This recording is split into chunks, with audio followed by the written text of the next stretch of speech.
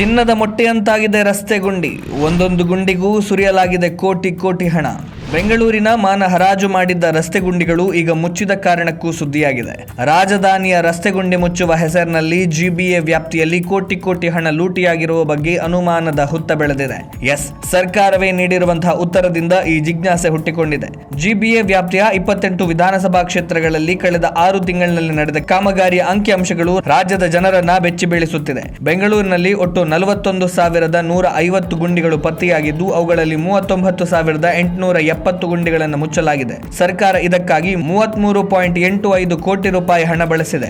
ಈ ವರದಿಯಲ್ಲಿ ಅತ್ಯಂತ ಆಘಾತಕಾರಿ ಅಂಶವೆಂದರೆ ಒಂದೊಂದು ಕ್ಷೇತ್ರದಲ್ಲಿ ಒಂದೊಂದು ದರದಲ್ಲಿ ಗುಂಡಿಯನ್ನು ಮುಚ್ಚಲಾಗಿದೆ. ಚಾಮರಾಜಪೇಟೆಯಂತಹ ಕ್ಷೇತ್ರದಲ್ಲಿ ಒಂದು ಸಣ್ಣ ಗುಂಡಿ ಮುಚ್ಚಲು 1 ಲಕ್ಷ ರೂಪಾಯಿ ಖರ್ಚು ಮಾಡಿರುವುದು ಭ್ರಷ್ಟಾಚಾರದ ವಾಸನೆ ಬಡಿಯುವಂತೆ ಮಾಡಿದೆ.